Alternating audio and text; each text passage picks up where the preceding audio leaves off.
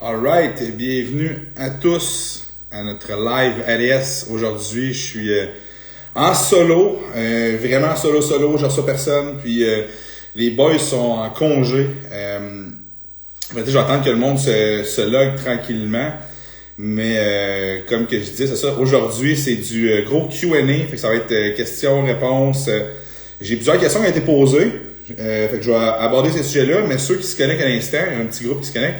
Si vous avez des questions que vous voulez dropper dans la boîte de commentaires, questions, peu importe c'est quoi, ça va me faire plaisir. Qui c'est qui se joint? Je suis en train de regarder. Luc Desrosiers. Ouais, non, je vais être en solo, Luc Desrosiers. Dans le fond, c'est ça. Aujourd'hui, c'est ça. Si vous avez des questions à me poser dans les commentaires, gênez-vous pas. Je réponds à toutes sortes de questions. Puis, sinon, ce qui va arriver, c'est que je vais répondre aux questions qui ont été droppées dans les box aujourd'hui. Il y avait pas mal de questions.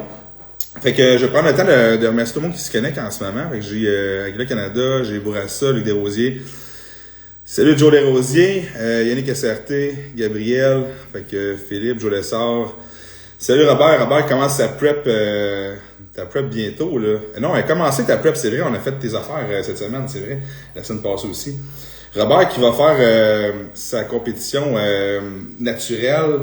Solide shape, honnêtement. Robert, bon potentiel pour le naturel. Il a une bonne qualité musculaire, bonne maturité musculaire. Fait que, that's it, Robert. Fait que, sans plus tarder, si vous n'avez pas d'autres questions, mais vous n'avez pas de questions qui viennent tout de suite. JF Pion qui dit live du mercredi, ma soirée préférée. Good job, mon friend. Thank you, man. C'est ça. Fait que si vous avez des questions, droppez-là. Sinon, j'en ai quand même une coupe. Qui sont dans le box. Puis là, j'ai Gabriel qui m'a posé une on the fly. Fait que je vais aller avec ça. Gabriel qui dit erreur commis souvent et qui fait perdre des points pour une compé. Chris de bonne question. Qui est faite souvent. Ça va se jouer sur le posing, je te dirais. Erreur souvent. Ça va être une des bonnes, c'est que le monde va vouloir, comme mettons, tu fais un double bicep. Puis là, tu veux tellement forcer que tu te mets à shaker de même. Ça, c'est parce que tu n'as pas assez pratiqué.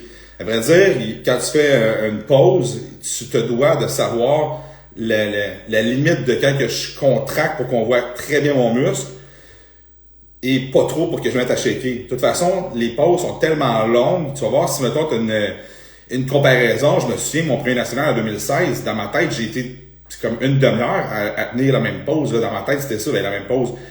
La comparaison, fait que c'est drainant à côté. Tout le monde, on s'entendait, on râlait, là, vraiment, là. Puis, si tu te mets à trop forcer, tu peux pas tenir peu importe le temps que tu as. On était vraiment 30 minutes, mais 30 minutes au total, là, pas que je forçais tout le temps. Fait que, tu sais, c'est ça, si tu forces trop, tu veux trop, c'est là que ça va jouer contre toi. Fait que faut juste que tu trouves le juste milieu. Puis c'est en pratiquant, en faisant vraiment beaucoup de pratiques de pause que tu vas être capable d'aller chercher ça. Faut être capable aussi, tu sais, si tu as posé d'une certaine façon dans ton off-season, puis tu as appris ça, c'est good. Sauf qu'il faut que tu sois capable d'ajuster quand tu es rendu en fin de prep, rendu à du 3 semaines, où ce que là, tu as des lignes qui vont vraiment bien sortir, faut que tu sois capable de dire, OK, faut que je change mon posing parce qu'il y a ça qui ressort le plus.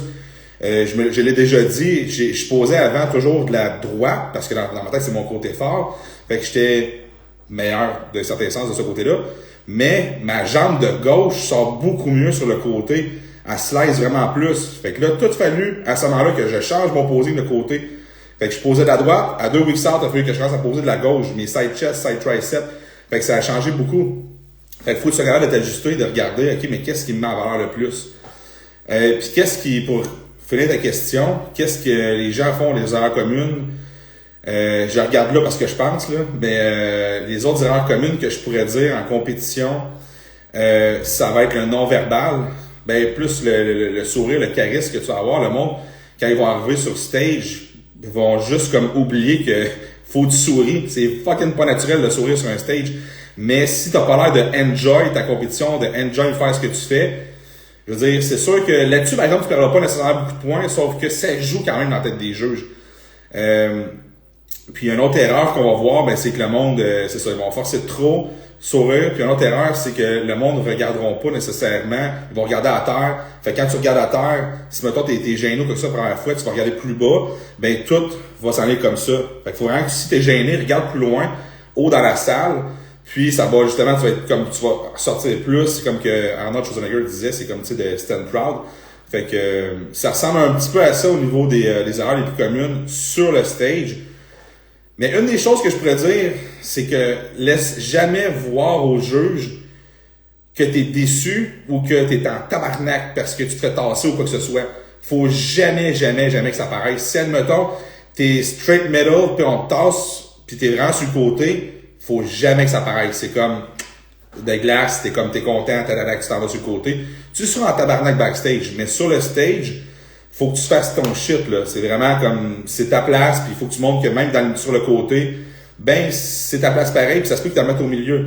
Puis une anecdote que je peux dire, c'est que quasiment à chaque compétition, à part au national, je vais, mettons, être milieu ou à côté du milieu, puis je suis souvent tassé. Parce que quand je fais mon front relax, je suis pas tellement impressionnant parce que je suis pas gros du chest, j'ai pas une grosse masse tant que ça.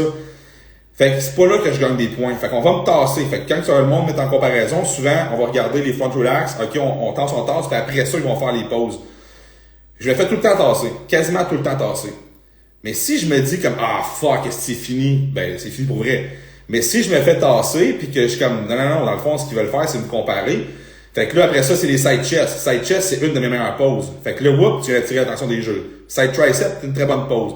Après ça, dos, nanana. Là, plus que ça va, plus que, là, quand t'as fait tous tes quarts de tour quasiment, ben là, c'est là que ça va être, les juges vont faire comme, ok, tu sais, on l'a tassé ben trop vite, on le ramène à côté du premier, on le ramène, peu importe c'est quoi le placing. Fait que c'est pour ça que, c'est juste une question de juger avec qui, puis tu sais, fait que au début, c'est comme un puzzle un peu. Fait que fais-toi en pas si au début t'es tassé. À vrai dire, si à la fin t'es tassé sur le côté, même que là, j'ai déjà vu quelqu'un qui a gagné une compétition puis était tassé sur le côté à droite. C'est vraiment pas, honnêtement, là, si on se fait à l'Olympia, c'est vraiment pas là que ça va se passer d'habitude, mais j'ai déjà vu ça. Fait que c'est pour ça que même là, faites-vous en pas si ça arrive. Fait que super important de garder vraiment le focus. Puis comme Élie Boulay disait, let's shine on stage, 100%, faut vraiment que tu montres que c'est ta place, it's your fucking home. Fait que j'étais vraiment un anglophone, c'est pour ça que je parle anglais. Jeff Pilon qui dit contrôler la respiration entre les pauses aussi, c'est là que tu vois ceux qui ont travaillé leur posing et ceux que non. Ouais, puis quand tu fais ça va être une séance de posing aujourd'hui. Quand tu fais tes pauses sur le stage, faut toujours que tu respires du chest. Faut pas que tu respires du ventre. Fait que quand tu vas faire tes pauses, c'est des petites respirations, mais du chest. Fait que ça paraîtra jamais que tu respires.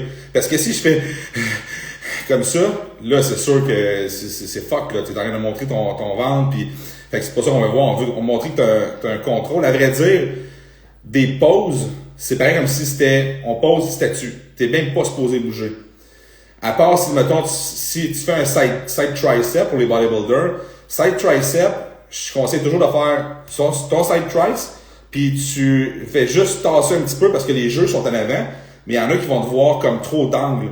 Fait que je fais mon side tricep, puis après ça, je vais juste me tasser une petite affaire pour montrer mon triceps aux juges qui sont plus à gauche. Fait que ça, c'est important. Puis il faudra le considérer quand tu es sur le stage, tu es à gauche extrême, droite extrême, ben pose pas de face, là, pose en ligne comme ça, vers les juges, c'est eux autres qu'il faut qu'ils te voient. Pas ma tante Gisèle qui te regarde, là, on s'en fout, là. C'est pas elle qui va te juger, fait qu'il faut vraiment que tu sois comme face aux juges. Fait qu'à vrai dire, ça devrait faire comme une espèce de rond à la fin.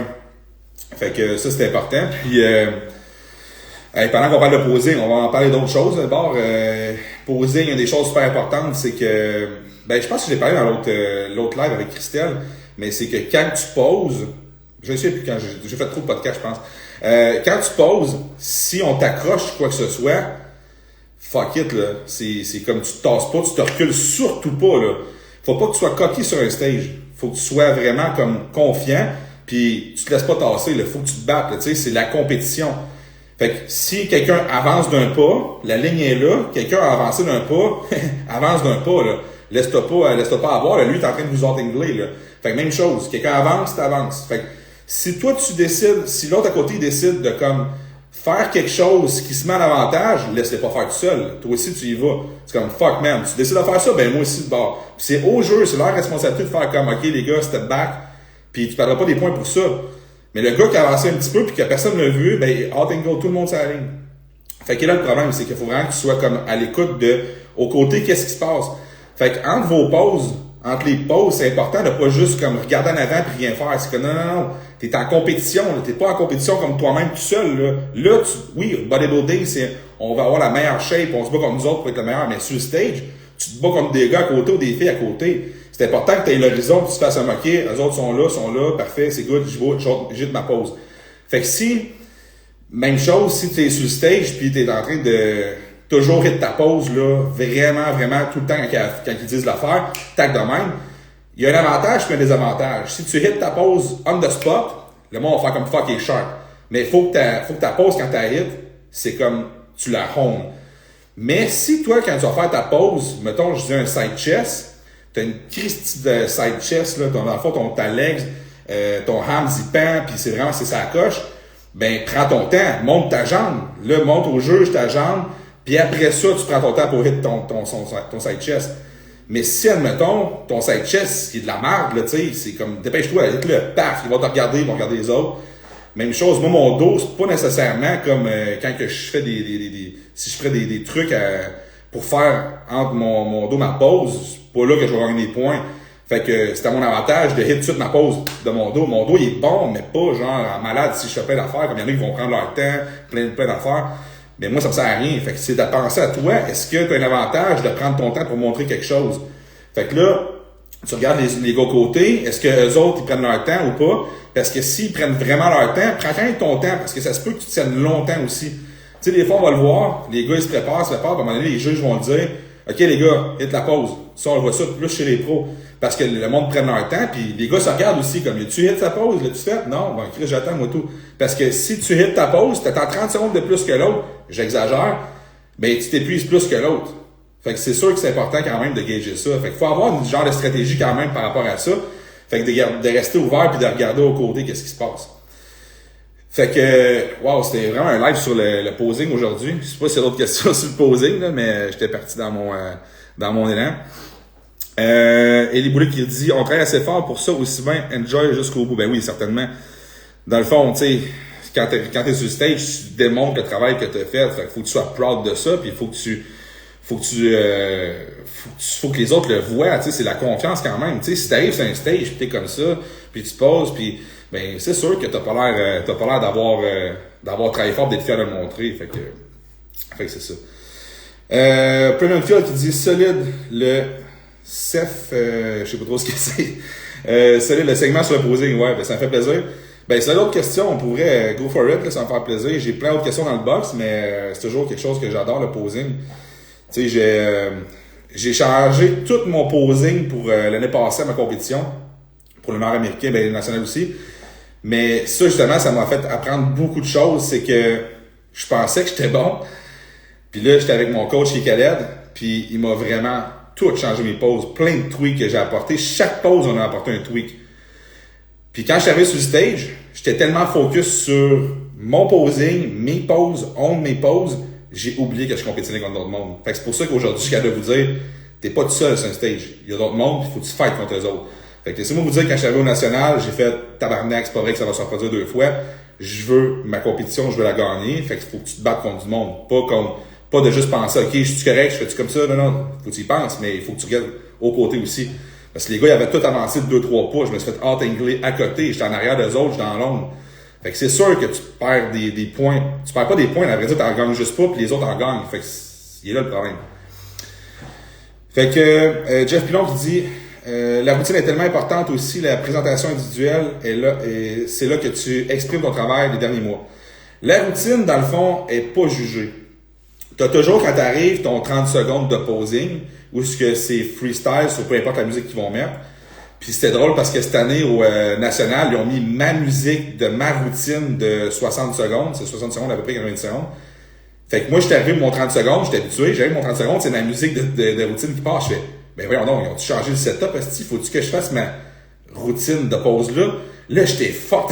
J'étais comme, OK. Fait que là, j'ai fait comme mon setup de 30 secondes, là, j'ai fait comme, OK, je suis sorti, j'allais voir tout de suite le gars backstage, j'ai dit, hey, Big, ils ont fait jouer ma tune, fait que là, ils se sont arrangés.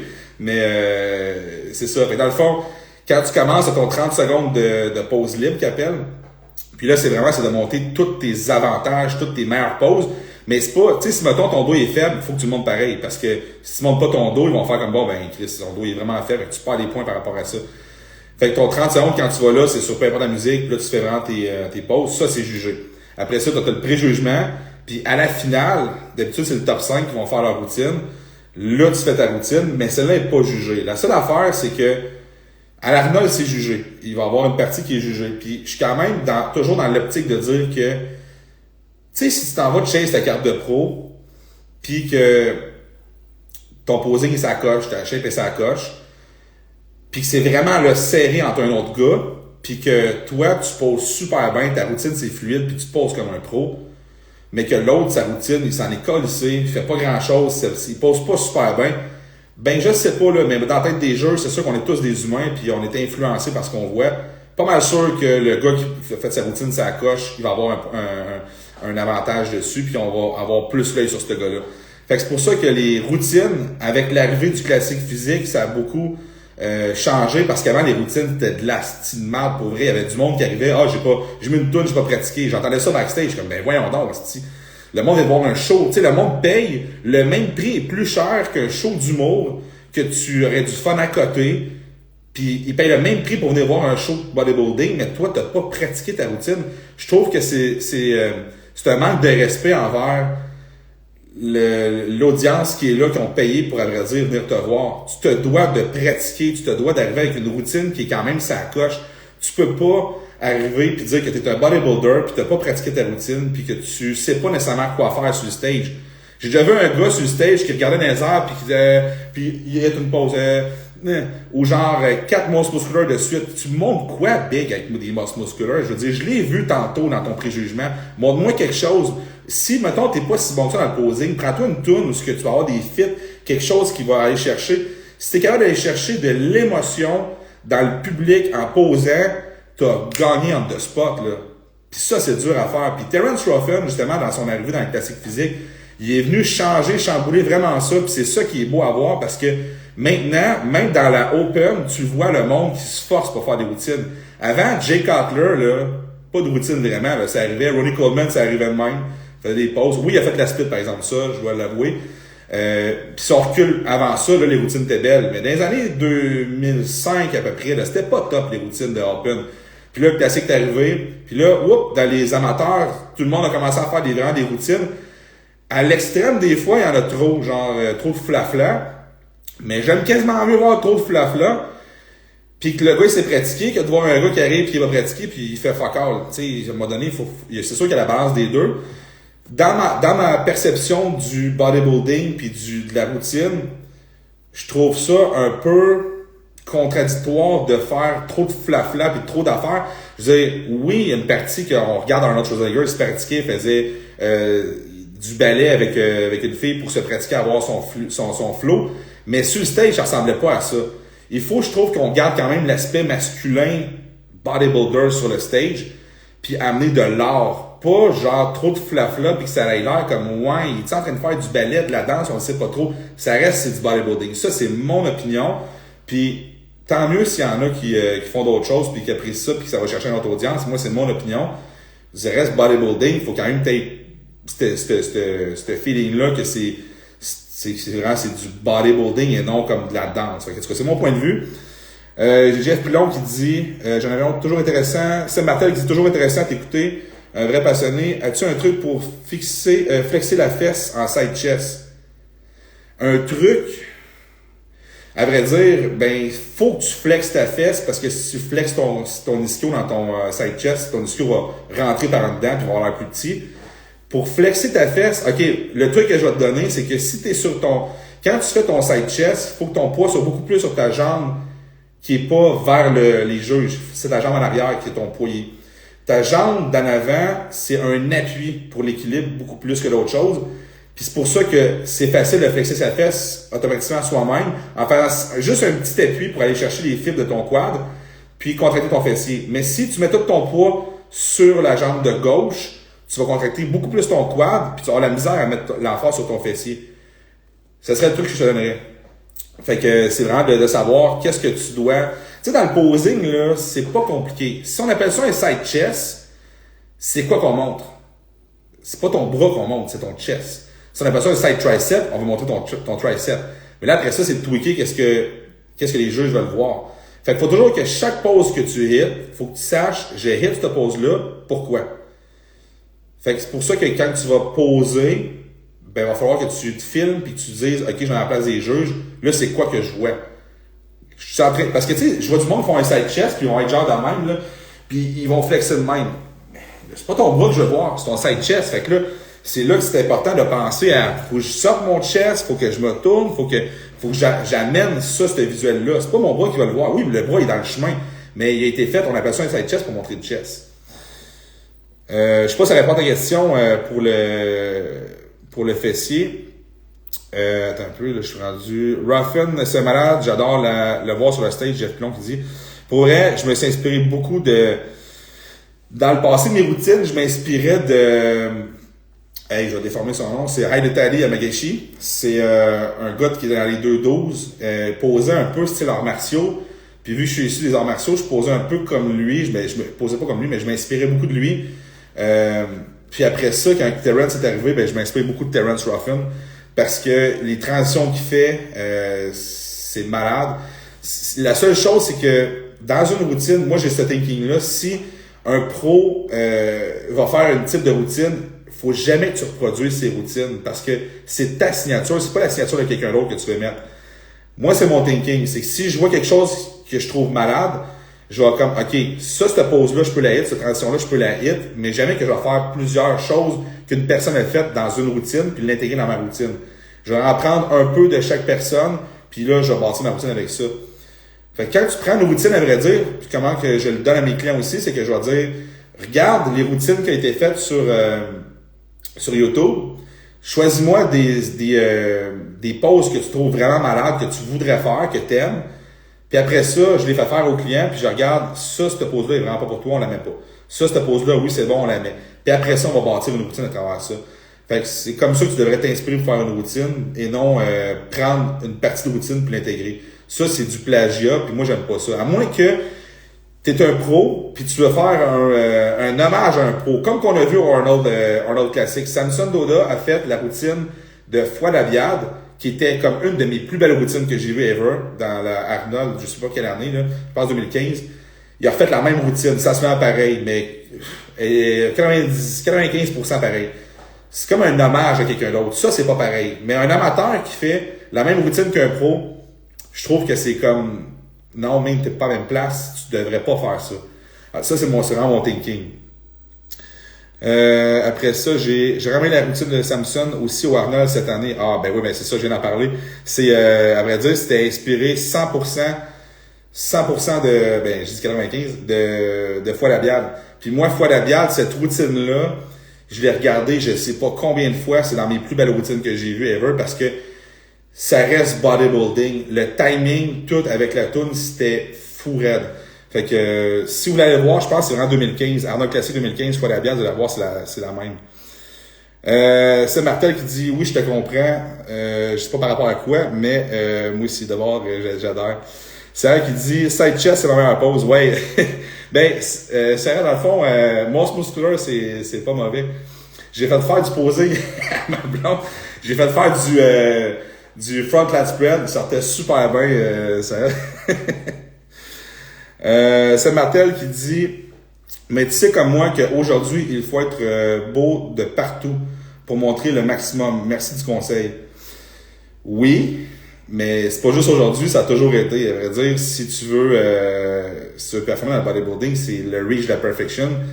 Voyons, pourquoi je dis ça en anglais? Le reach de la perfection, mais on l'a jamais, la perfection. Tu sais, tu vas avoir une note parfaite, mais tu seras jamais parfait. Puis c'est ça la beauté du bodybuilding. Moi, c'est ce que j'aime, c'est que peu importe ce que tu fais, tu n'as jamais un reach. Puis c'est comme puis c'est peut-être pour ça que j'aime autant l'entrepreneuriat aussi, c'est que tu n'auras jamais un reach le maximum. Il faut toujours que tu fasses plus. Puis quand je dis plus, c'est pas de prendre plus de produits. Quand je dis plus, c'est que tu pourras jamais atteindre ton maximum si tu continues à t'entraîner et à vouloir. Oui, à un certain moment donné, où ce que l'âge te rattrape et tu peux pas aller chercher plus. Là, maintenant, c'est la rétrogradation un petit peu des systèmes hormonaux, puis t'as pas le choix. Mais il reste que il y a toujours cet aspect-là que tu dois t'améliorer, puis c'est jamais parfait, c'est de l'évolution constante. Puis moi, c'est ce que j'aime, parce que le statu quo, pour moi, c'est la merde. De vouloir comme juste entraîner ce que tu fais là, pour moi, ça je m'ennuierais totalement. Puis c'est pour ça que le bodybuilding, je pense que les bodybuilders, c'est du monde qui, s'ils font plus de bodybuilding, ils transmettent leur intensité dans d'autres choses, puis ils font juste performer. J'ai rarement vu un bodybuilder qui est pro, qui se lance en entrepreneuriat puis que ça fonctionne pas. Tu regardes Seth Ferrosi, il fait des millions là, avec sa compagnie. Fait que c'est vraiment quelqu'un, c'est du monde qui veut vraiment comme tout le temps chercher l'excellence. Fait que c'est ça, ben ça me fait plaisir pour le conseil. Dr. Dan Jackson, wow, j'ai des gros noms là, qui se connectent aujourd'hui. Jeff Pilon, wow, je savais pas, Fouad est vraiment une légende dans le sport. Ben pour vrai, là, dans tous les bodybuilders canadiens, t'as Ben Pakulski, Fouad Abiad, tu sais, oui, j'ai mon chum Khaled, que, honnêtement, c'est pas parce que c'est mon chum, je vous le dis, ben franchement, là, tout le monde qui écoute, un des bodybuilders qui a été trop mis dans l'ombre, c'est Khaled Chikawi. Il a fait l'Arnold, puis il a été solide. Il a fait 2 fois Olympia, puis juste de faire Olympia, selon moi, c'est un exploit en soi. Puis il l'a fait quand même 2 fois. Il a gagné contre Chris Bumstead. Il y a du monde qui ne savent même pas ça, mais quand il est allé au National, j'étais présentement là, j'étais présent. Puis il a gagné sa carte de pro, il a battu Chris Bumstead. Puis déjà là, Chris Bumstead était solide. Il y avait Regan Grimes aussi. Mais le monde, je trouve qu'ils mettent de côté beaucoup. On oublie beaucoup aussi. Myriam Capes, Mimi Capes, le monde elle est au Québec, elle fait des compétitions. Myriam Capes, c'est une des Olympiennes qui a été le plus décorée au Québec, là. En tout cas, je trouve qu'on oublie beaucoup. C'est comme, au présent, c'est qui est là? Ouais, mais dans le passé, t'en as eu des solides, là. Fait que, je sais pas pourquoi je m'en allais là-dessus. Parce qu'on parlait de fois la bière, c'est ça. Et Francis, ça m'intrigue de savoir ton top 3 amateurs québécois que tu aimerais voir virer pro cette année. Ouh! Top 3 amateurs. Si on parle bodybuilding, mon chum Julien Geoffrion, parce que il se dédie là, tellement au sport, puis un bon potentiel. J'ai toujours dit qu'il virerait pro, ce gars-là. Derek Lamontagne, qui en fait, que je compétitionne contre lui, mais c'est du monde que je virerais pro. Tu sais, je compétitionne contre, Julien Geoffrion aussi, je vais compétitionner contre. Mais c'est du monde que si je vais tourner pro, je suis comme, wow, tu sais, mérite. Même chose quand Joey Pionka tournait pro à côté de moi, je veux dire, ça joue à moi puis lui, je préfère que ce soit lui qu'un autre que je connais pas. Fait que j'étais bien content que ce soit lui. J'étais en crise de peine, mais j'étais bien content que ce soit lui. 3e personne, québécois. Je veux pas vexer du monde, on dirait que je vois pas en ce moment qu'il y a d'autres Québécois que je vais voir tourner pro. Aïe, c'est dur parce que là, j'ai un blanc de qui va compétitionner, mais si tu me mettrais des noms, je te dirais ça. Mais après, c'est mes 2 vraiment chums que je vois qui, je serais content qu'ils tournent pro. À part ça, ouais. Je veux pas penser pendant 20 minutes devant vous autres, là, mais ça ressemble un petit peu à ça. Si ça me revient, je vais revenir là-dessus. Je vais vous le dire. Jeff Pilon, c'est quoi ta pose que tu aimerais le plus améliorer pour ton prochain show, Frank? Mon muscle muscular, man. C'est parce que pour l'améliorer, ça me prend vraiment un astic de chest, puis je travaille là-dessus. J'ai pas été gifted niveau chest, fait que ça, c'est quelque chose que je dois travailler vraiment beaucoup. Fait que mon muscle musculaire, je vais l'améliorer. Tu sais, il est quand même correct, mais je veux dire, je peux pas faire un crab, c'est impossible. Ça m'avantage pas partout, fait que c'est pour ça que je le hit pas. Un autre de mes poses, c'est sûr qu'il me manque un peu de bras pour mon side chest, side tricep. Fait que c'est sûr que oui, cette pose-là, je vais l'améliorer. Mais tu sais, le comeback que j'ai eu des jeux, j'aimerais dire, c'est pas compliqué, c'est qu'il faut que je prenne de la masse. Fait qu'il y a pas une pose que c'est comme, celle-là, c'est vraiment de la merde. Mais il faut que je prenne de la masse partout. Fait que c'est pour ça que, entre autres, là, ça serait vraiment le muscle musculaire. Puis tu sais, pourquoi le muscle musculaire aussi? C'est parce qu'il me manque de la masse. Tu sais, si j'avais plus de masse, ça sortirait encore mieux. Fait que c'est ça. Ben, bonne question. À part ça, Jeff Pilon, tellement d'accord avec toi sur Khaled, Big. Ben oui, C'est parce que là, le monde dit, ouais, mais c'est sûr, c'est ton meilleur chum, ouais, mais je suis capable de dire, je suis capable de donner à César ce qui est de César, tu sais, même si c'est des personnes, peut-être que, mettons que t'aimes moins que ce soit, je suis très capable de dire, cette personne-là, ce potentiel-là, puis très bonne. Puis qu'elle c'est pas parce que c'est mon chum, je le vois vraiment, ce potentiel. Ben, pas le potentiel, mais le fait je trouve qu'il a été trop mis de l'ombre. Il avait jamais été vraiment comme mis en avant. Puis c'est un gars qui est super low profile. Fait que c'est pour ça que tu vas avoir du monde qui ont presque pas eu de fame, puis ils vont être mis de l'avant, tout ça, parce qu'ils se mettent de l'avant. Mais c'est Khaled aussi qui veut pas faire des podcasts. Je l'aurais pris en podcast, ça fait longtemps, mais c'est pas quelqu'un qui aime ça rester plus dans l'ombre low profile, puis c'est correct, puis je respecte ça. Justement, c'est admirable de sa part, mais c'est ça.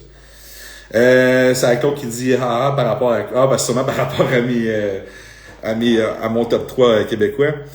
À vrai dire, j'ai pas encore hit une question, ça fait déjà une demi-heure. J'adore ça, jaser avec vous autres, c'est super le fun. C'est d'autres questions, allez-y, je vous priorise tout le temps. Sinon, bon, j'ai une autre question, il vient de popper. Jeff Pilon, c'est vrai qu'il fait des jambes 3 fois semaine durant sa prep pour Olympia en 2018-2019. Un de mes physiques préférés dans le classique pour vrai, Khaled. Man, j'ai jamais vu un dos de même. On l'appelle la brique de Schlaga. Ben, à vrai dire, Antoine Vaillant l'appelle la brique de Schlaga. Son dos, c'est de la brique, littéralement. Puis oui, c'est vrai qu'il a fait 3 fois ses jambes semaine pendant sa prep. Il a comme voulu vraiment un hit à côté. Puis j'ai rarement vu un dos comme ça. Que ce soit chez les pros, j'ai rarement vu ça. Je vais y aller avec les questions, si c'est pas d'autre chose. Question, meilleure technique d'entraînement. Meilleure technique d'entraînement. J'irais avec le Progressive Overload parce que dans toute une année complète, à vrai dire, ce que tu devrais faire le plus, c'est tout ce qui est accès mécanique. Fait que si tu as du Progressive Overload, tu devrais pas faire des techniques d'entraînement de malade tout le temps. Ça devrait être beaucoup plus des straight sets, majoritairement avec un peu de superset, mettons antébroute, des trucs comme ça. Puis Progressive Overload, pourquoi? Parce que c'est quand même la base de vouloir progresser dans ton niveau de poids et niveau de volume d'entraînement. Fait que je pense que ça serait le meilleur. Sinon, une de mes techniques préférées, ça va être vraiment, je vais avoir le Progressive Overload avec un back offset. Ça, c'est ce que je triperais à faire. C'est comme majoritairement ça dans mes workouts. Sinon, des techniques que j'adore faire, c'est du cluster set. Puis, si vous n'avez pas vu le live avec Kevin Arsenault que j'ai fait, il y a quand même un bout. Allez voir Slide It Down sur le profil Instagram. Puis, vous allez voir, j'ai fait un live avec Kevin Arsenault sur les techniques d'entraînement malades. Parce que Kevin Arsenault, c'est un de mes chums, puis il a fait le livre Les techniques d'entraînement. Puis, c'est pour ça qu'on a fait un live ensemble. Mais les deux même, notre meilleure technique d'entraînement, c'est les cluster sets. Pourquoi? Parce que, mettons, moi, ce que j'ai fait, c'est ce que j'adore avec mes clients, c'est un cluster set modifié, que j'ai modifié avec notre équipe. C'est un 4-4-4. Puis là, je suis pas tout seul qui fait ça en passant, là, je l'ai modifié parce que un cluster set, c'est 1-1-1. C'est 4 répétitions, 10 à 15 secondes de repos, 4 répétitions, 10 à 15 secondes de repos, 4 répétitions. Pourquoi j'aime ce principe-là? C'est que tu vas faire, dans le fond, 12 répétitions totales avec un poids que tu peux faire un 8 RM. Fait qu'au total, ta charge est beaucoup plus importante puis tu réussis à faire un 12 RM. Fait que c'est quand même quelque chose que j'aime adopter, surtout en prep aussi à la fin. Ben, pas la fin, mais vraiment dans un milieu de prep. Parce que tu vas aller chercher quand même beaucoup de tension, puis tu es capable d'avoir une bonne charge, puis ça te permet d'avoir un repos pour pas non plus te blesser. T'as pas besoin d'avoir non plus, tu sais, ça va pas être très très métabolique, ce qui va dire que quand tu es en restriction calorique, ben t'as pas besoin d'avoir beaucoup de glycogène en malade pour faire ce workout-là. Fait que c'est un bon mix, c'est pour ça que c'est vraiment du mécanique, accès mécanique total quand tu fais du cluster set. Autre question, je vais prendre une autre question. Quoi considérer avant de se lancer en prep de compétition? Quoi considérer avant de se lancer en... le budget, les finances, ça c'est super important de quand même se garder de l'argent de côté parce que je l'ai vécu de mettre sur ma carte de crédit puis de me fermer les yeux quand j'arrive à la caisse. C'est pas le fun. Est-ce que je regrette ce que j'ai fait? Zéro peu de barre. Mais le meilleur conseil, c'est, tu prévois faire une compétition, planifie un peu d'avance au niveau des finances. Ça va t'enlever ce stress-là. Puis quand tu finis ta prep, puis tu gagnes ou tu perds, ben t'auras pas comme ah man, là j'ai ça à rembourser ou j'ai ça à faire. Fait que ça, c'est peut-être des conseils qu'on n'entend pas souvent, mais qu'il faut quand même considérer. Tu sais, si t'es cassé, là, continue genre à progresser, puis trouve-toi une job qui est plus payante ou fais juste comme cumuler de l'argent pour ta prochaine prep. Jeff Pilon qui t'es notre star de la journée, man, Jeff, aujourd'hui. Et j'ai pris cette technique dans mes workouts dernièrement, vraiment intéressant, et du travail avec quand même une charge pour plus de reps, j'adore. Ouais, pour le cluster set. Ouais, clairement, à vrai dire, c'est une de mes préférées aussi. SOPS à prendre en prep ou juste pour coter? SOPS, des suppléments à prendre, j'imagine, ouais, c'est sûr. Suppléments à prendre pour coter ou en prep. Underrated, je dirais, le Adiposlim de ATP. Pourquoi? Parce qu'il contient de l'oligonol. L'oligonol, à vrai dire, joue sur la leptine. C'est la leptine qui est comme l'hormone qui va jouer sur ton sentiment de satiété. Ça veut dire que ça va t'aider, si tu as des cravings, quoi que ce soit, ça va t'aider quand même à jouer là-dessus. Okay? C'est pas malade, là, c'est pas comme si tu prenais ça et tu n'as plus faim pantoute. C'est juste que ça va aider. Fait que t'as des green tea extract, t'as de la caféine, puis aussi bonne chose à considérer, c'est que dans celui-là, c'est pas juste de la caféine, c'est des bean extract. Ça veut dire que la qualité est beaucoup meilleure. Fait que ça va être vraiment un supplément à considérer quand tu es en prep ou en phase de cut. Tu sais, les fameux fat burners qu'on avait dans le temps là, avec l'éphédrine, tout ça, c'est sûr ça fonctionne, mais t'as de l'éphédrine là-dedans, faut que tu considères ça. Fait que, si, mettons, là, on prend un supplément qui est legit pour compétition naturelle Adiposlim. Même, je le prends, moi, en prep, puis je suis dans l'open. Mais sinon, tu sais, tout ce qui est éphédrine, caféine, aspirine, tu sais, le fameux CA, c'est un méchant bon blend pour perdre du gras, c'est sûr, mais c'est pas legit dans les compétitions qui sont naturelles. Juste caféine tout seul, ça peut être un bon supplément à considérer pour la perte de gras. Moi, pour mon monde qui s'en va en compétition naturelle, caféine va être intégrée, Adiposlim. Là, il faut juste regarder aussi l'apport en caféine dans ta journée.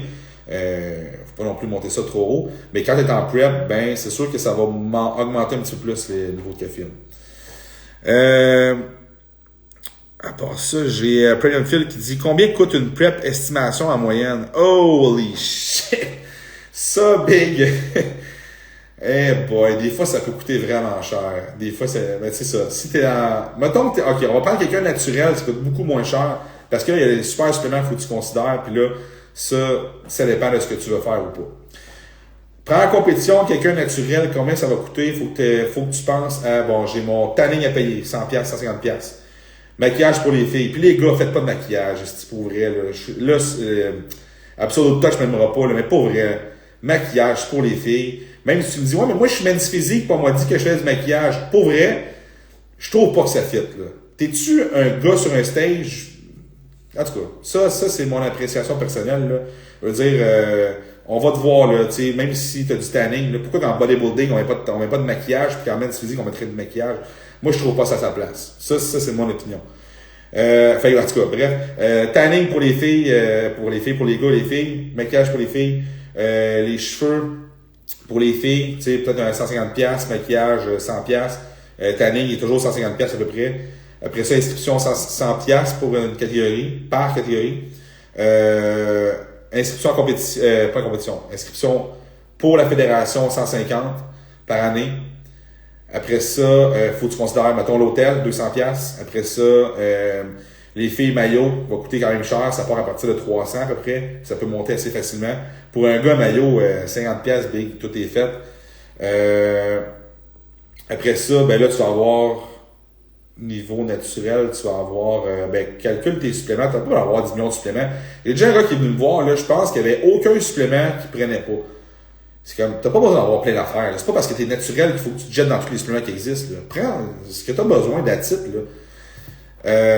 Fait que ça ressemble à ça, en gros, là, pour une compétition, l'argent que tu dois prévoir. Pour quelqu'un qui est pas naturel, l'affaire, ce qui va coûter cher, c'est les super suppléments, on ne se le cachera pas. Puis là, ça dépend à quel niveau, là. Plus que tu vas monter, là, on se le cachera pas que plus que les dépenses vont augmenter aussi, là. Fait qu'une prep, mettons, pour quelqu'un qui est open, je mettrais un 5000 de côté, là. Je mettrais un 5000 de côté pour dire que t'es pas, tu sais, des fois, ça va être comme, ça va jouer quand même, là. Puis c'est parce que je veux pas trop embarquer là-dedans, parce que là, il y a plein d'affaires là, qu'on peut considérer dans les super suppléments puis qui ne valent pas la peine d'être prises dans une compétition qui est régionale. Moi, je te dirais 5000, mets ça de côté, là, puis t'es good en masse. Là. Après ça, si tu montes trop, là, c'est parce que là, ça fait pas de sens si c'est dans une régionale. Là, si on parle de quelqu'un qui est dans un niveau national, ben ça va augmenter. Ça va augmenter. Si on parle de GH, ça coûte très cher. Puis est-ce que vraiment ça vaut la peine de prendre ça? Pas tellement. Mais quand tu arrives à un certain niveau, maintenant, les gars font ça, ben toi aussi, si tu veux être... il va falloir que tu le fasses aussi. Mais pas nécessairement obligé, mais c'est comme quelque chose à considérer. Fait que c'est pour ça que c'est quand même propre à chaque compétition, à chaque personne. Puis tu sais, un athlète, là, doit être considéré sur 3 paliers. Premier palier, c'est comme, c'est ta première compétition, t'as pas d'expérience avec les PDs, ça coûte vraiment pas cher. Parce que ça sert à rien qu'on te donne quelque chose de super élevé. Deuxième personne, c'est une personne qui est intermédiaire. Coupe des régionaux qu'elle fait, ça va vers les nationaux, ou elle a fait des nationaux, puis pas non plus dans le top national. Ça, c'est intermédiaire. Fait que là, on va augmenter un petit peu au niveau des PDs, mais pas non plus en malade. Là. Puis là, t'as l'autre personne qui est riche pour avoir sa carte de pro. Ben, il faut que tu considères que t'es quasiment pro, là. Fait que là, c'est cette personne-là, ben là, c'est sûr que les PD, les dosages, ça va être un petit peu plus élevé, puis c'est sûr que les coûts vont être plus élevés. Fait que c'est pour ça que je peux pas non plus donner un barème là, fixe à tout le monde. Mais je pense que j'ai été quand même assez clair dans tout ça. Jeff Pilon qui dit « Je suis dedans à soir, Frank. » Ben oui, man, c'est parfait, ça, j'aime ça de même. Premier film qui dit « Parfait, merci beaucoup, super intéressant. » Ça fait plaisir, man, puis les autres questions, défilez-les, ça me fait plaisir. Juste pour avoir passé personne. OK. J'ai d'autres questions. À part de tout ça, ben j'ai mis un type de workout en prep. J'en ai parlé. Cluster, Progressive Overload, Back Offset. Straight set aussi, là, maintenant, c'est compliqué à vivre, c'est straight set, là, c'est pas parce que si tu fais un straight set que tu développes pas du muscle, là. Autre question pour un AT. Combien de sets par séance suggères-tu de pousser à une vraie RPE 10? OK. RPE, pour ceux qui ne savent pas, c'est Rating of Perceived Effort. Je ne vais pas me tromper, là. Fait que dans le fond, c'est comme sur une échelle de 1 à 10, 1 étant comme si tu forces presque pas, tu forces pas, 10 étant comme échec total. Fait que dans le fond, si on me dit RPE 10, pour quelqu'un de natty, ça veut dire que tu te rends à l'échec total. Ça veut dire que dans ton workout, comment je vois ça? Premier exercice dans ta série A. Ça devrait être, ça dépend de ton type de workout aussi. Si t'es dans du neural à côté ou dans du dommage musculaire, ça se peut que je te dise RPE 10 dans ton dernier set de série A.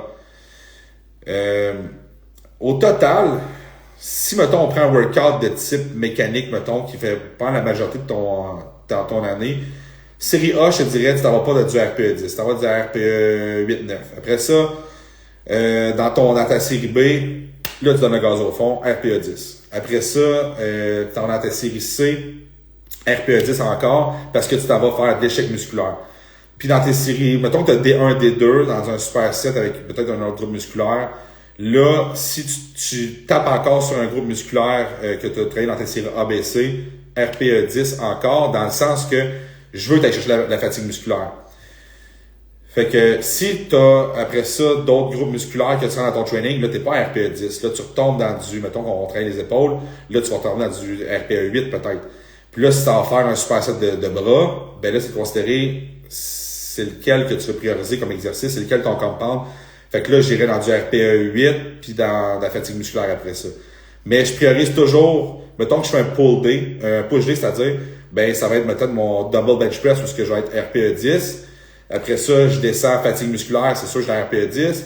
Puis après ça, je retombe sur, mettons, des épaules, mais je vais RPE 8, mettons, parce que je mets pas l'emphase sur ce groupe musculaire-là. Puis après ça, je tombe sur mes bras. Ben là, je vais faire, mettons, un super set, mais là, c'est sûr, je vais reach plus la fatigue musculaire.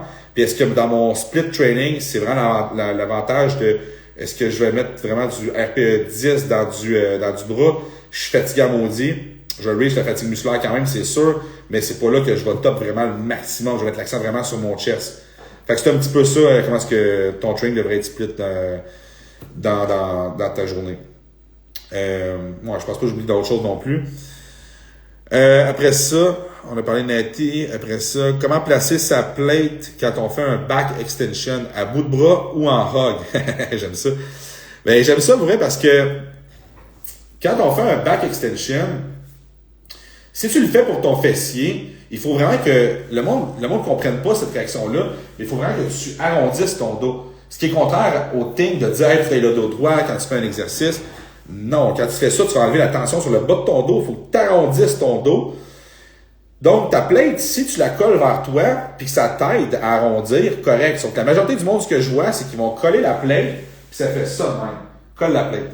Mais si tu es à bout de bras, tu vas avoir la capacité de faire une protection de tes épaules. Puis c'est ça que tu veux créer. Fait que, je te dirais, vas-y à bout de bras. Majoritairement, plus facile d'avoir une protection de ton épaule quand tu vas à bout de bras. C'est Claude qui dit water cut pour ou contre? Précise ta question. Tu veux-tu dire que à la fin d'une prep, tu coupes l'eau pour ou contre? C'est ça que tu me poses une question? Précise ta question, puis je vais répondre à l'autre question qui suit dans le box. Question des stories. Avis sur la caféine. Mon avis sur la caféine. Hey, je pense que j'avais un autre sur la caféine. Je vais peut-être grouper ça en même temps. Non, je n'ai pas d'autre. Mon avis sur la caféine. Ben, à vrai dire, je veux dire, c'est super bon la caféine. C'est ça mon avis. La caféine, c'est super bon. Il y a juste qu'à un moment donné, il y a un maximum à reach. Tu sais, après 300 mg, 400 mg par jour, c'est too much, là. T'en as pas besoin, là. Si tu considères qu'un café normal de 220 ml, mettons, ça l'a peut-être 100... C'est-tu 120? C'est-tu 120 mg? Je pense que c'est 120 mg de caféine par cœur. Il me semble que c'est 120 mg de caféine pour un 220 ml de café filtre. Ben, tu sais, si t'en prends un dans ta journée, t'es rendu à 2,40. Je veux dire, après ça, tu te prends un pré-workout. Là, on a top pas mal, là. Fait que c'est pour ça que 300-400 mg, c'est le top, là.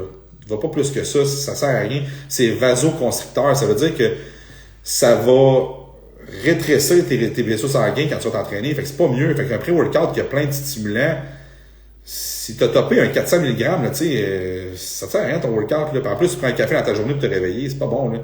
Fait que t'es mieux de réduire tes caféines, mais d'en avoir. C'est bon d'en avoir parce que ça va augmenter tes performances. Mais d'en avoir trop, c'est pas mieux. L'expression trop c'est comme passer, mais c'est vraiment ça. Mais la qualité aussi de la caféine que vous allez consommer va vraiment avoir un impact aussi. Quelqu'un qui prend un bon espresso, tu t'en vas au Starbucks, tu prends un bon espresso, quoi que ce soit, c'est différent que si tu t'en vas chez Tim Hortons, tu prends un café filtre. C'est pas la même qualité, là. Fait que c'est ça. Ça va être de consommer quand même dans ta journée peut-être un bon café le matin, puis avant ton workout, c'est bon. Ou prendre un pré-workout qui n'a pas trop de stimulants. Si tu prends du 120-150 mg dans ton workout, c'est bien correct, là. Ensuite de ça, j'avais-tu une précision pour Sarah Claude? Elle a dit water cut, oui, pour la fin de prep. C'était ce que je voulais dire. C'est ce que tu voulais dire. Oui, je suis pour la restriction d'eau. Ça dépend. Ça dépend. Parce que c'est pas pour tout le monde. Je vais faire un water load. Je vais arriver à la fin. Je vais réduire la consommation d'eau. Mais je vais la continuer quand même. Il va y avoir quand même une consommation qui va se faire. Est-ce que j'utilise diurétique ou pas diurétique? Parce que ça dépend des fois. Il y a des fois que je vais ne pas utiliser de diurétique du tout. Puis je continue à faire prendre de l'eau un peu. Juste parce que je vais avoir la courbe d'eau qui fasse ça comme ça. Puis après ça, tu vas pas avoir justement ta surcompensation d'eau qui se fasse sur le stage.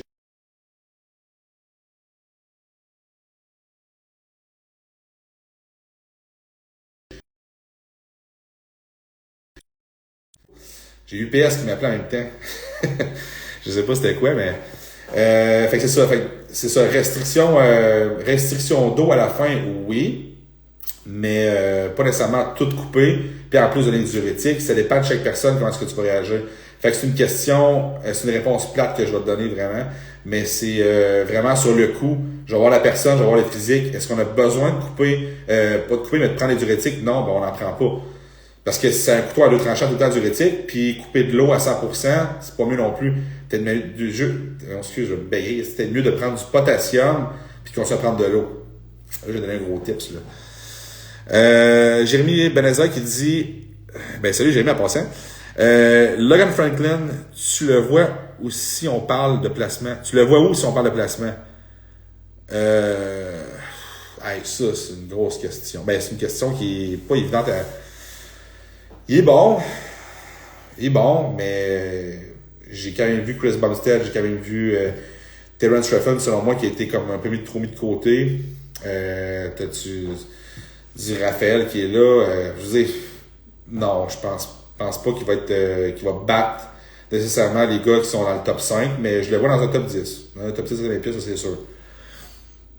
Jet Pilon qui dit, pour une perte de gras, tu prendrais le blend caféine et fédrine à quel moment de la journée? Ah, bonne question. Je le prendrais le matin. Puis là, c'est important de considérer que si tu as un workout à faire, ben fais-le dans ton workout. Mais si ton workout est genre à 8 heures le soir, fais pas ça à 8 heures le soir, là, tu dormiras pas. Fait que t'es mieux de considérer de le prendre avant ton workout selon où est-ce que tu vas avoir ton entraînement. Puis c'est ça. Fait que matin, mettons dans ta journée de midi, puis tu le prends 3 fois, ben, ça va être ton workout. Si tu le prends en 2 fois, ben, ça va être matin puis avant ton workout. Faut vérifier quand même de l'apport de caféine qui va te craquer pour ton workout. David Pelletier, si je ne ressens pas de fatigue, me conseilles-tu quand même de prendre de la caféine, sachant que ça peut aider à accélérer le métabolisme et un peu aider pour la force? Si je ne ressens pas la fatigue, me conseilles-tu? Ben oui, si tu ne ressens pas la fatigue. Si, mettons, t'es pas brûlé dans ta journée, puis si tout va bien, parce que c'est toujours une question de glandes surrénales. Est-ce que tu surtaxes tes glandes surrénales? Stress à côté, caféine dans le tapis? Parce que dans le fond, la caféine va bloquer un récepteur qui va te faire ressentir la fatigue. Il est là le problème maintenant, c'est que si tu surconsommes de la caféine, ben c'est que tu le bloques, puis ton système ne sait pas que tu es fatigué. Fait que si tu sens pas la fatigue, oui, je te le conseille. C'est un bon produit pour la perte de gras. Salut Steph Labrec, ancien collègue. Robert, faut pas oublier que la caféine a un temps de demi-vie de 6 heures. Exactement ce que je disais. Pour ça qu'à 8 heures, man, tu n'utilises pas la caféine. Ce qui veut dire que si tu prends, disons, 400 mg de caféine, 6 heures après, tu aurais l'équivalent de 200 mg toujours en circulation, et ainsi de suite. Exactement. Fait que 6 heures après, il t'en reste 100 mg, 6 heures après, il t'en reste 50 mg, and so on. Exactement. Fait que c'est pour ça que si tu calcules te coucher à telle heure, ben, faut que tu calcules ton 6 heures avant. Puis là, quelqu'un va me dire, ouais, mais moi, je prends la caféine, puis je suis good de dormir 2 heures après. Oui, tu vas dormir, mais tu n'auras pas un sommeil récupérateur. Il est encore actif, ton système nerveux travaille encore. Fait que c'est ça qu'il faut considérer aussi. Puis je l'ai parlé beaucoup dans mes lives antérieurs. On a parlé de la caféine, de consommation de stimulants. Fait que je ne veux pas me répéter, mais je pense pas que tout le monde qui sont là aujourd'hui peut-être a eu ce speech-là, mais c'est important de considérer ça.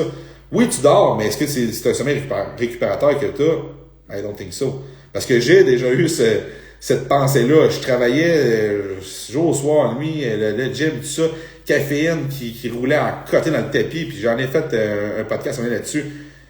J'avais pas un bon sommeil, là. C'était dégueulasse mon sommeil. Mais à un moment donné, c'est ça, tu t'en rends compte quand t'es brûlé. Parce que là, t'es tout le temps brûlé, tu te réveilles, t'es brûlé, prends la caféine pour te réveiller, pour aller travailler. Après ça, t'as ton workout.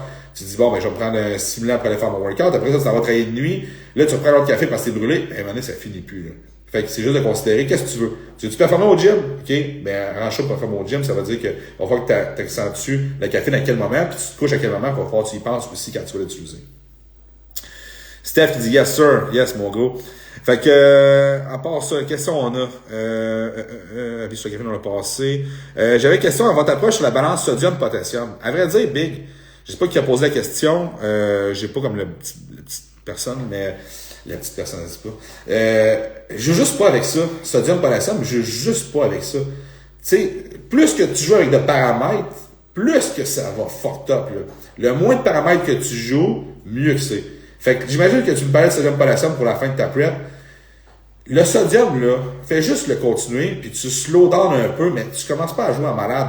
Parce que l'affaire, c'est que tu vas en avoir besoin sur le stage, le sodium. Parce que le sodium, ce que le monde ne savent pas, c'est que ça joue beaucoup, beaucoup de monde ne savent pas, c'est que ça joue beaucoup sur la contraction du muscle. Fait que ça envoie un signal à ton système nerveux, puis ça envoie un signal à ta contraction musculaire. Fait que si tu enlèves tout ton sodium sur le stage, t'es fuck, là.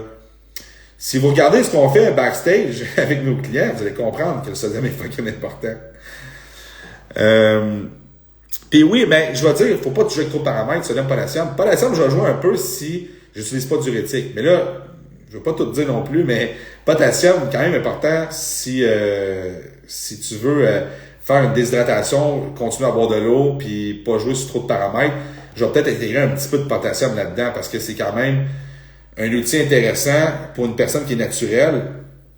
qui n'utilisent pas du diurétique, ben c'est la seule chose que je vais quand même utiliser. Mais là-dessus, c'est quand même des gros tips, là. C'est de savoir comment l'utiliser, là, mais c'est ça. Fait que selon toi, quel supplément que beaucoup de gens prennent qu'on pourrait se passer? C'est là que j'avais vu la question avant le live. Je les ai notés parce que je ne voulais pas les oublier, mais L-carnitine, en premier lieu. Fucking overrated. L-carnitine, là, pour que ça fonctionne, ça prend des quantités énormes, puis il faut les injecter. Fait que c'est la carnitine injectable qui va fonctionner. En oral, là, ça a tellement peu d'effet, c'est de l'argent que tu jettes dans les poubelles. Tu peux mettre ton argent ailleurs qui va avoir beaucoup plus de résultats. BCAA, vraiment, vraiment, vraiment trop overrated. C'est comme, t'en as pas besoin, honnêtement. Là. Même si t'as restriction calorique, c'est pas les BCAA qui vont te faire garder toute ta masse musculaire. Tu sais, si t'as de l'argent puis tu veux dire, bon, regarde, moi, ça me donne un edge dans ma tête, good, vas-y. EAA, si tu prends assez de protéines dans ta journée, t'as pas besoin d'EAA. Là, à cette heure, est-ce que je prends des EAA versus des BCAA? Prends des EAA, t'as plus d'acide aminé à l'intérieur.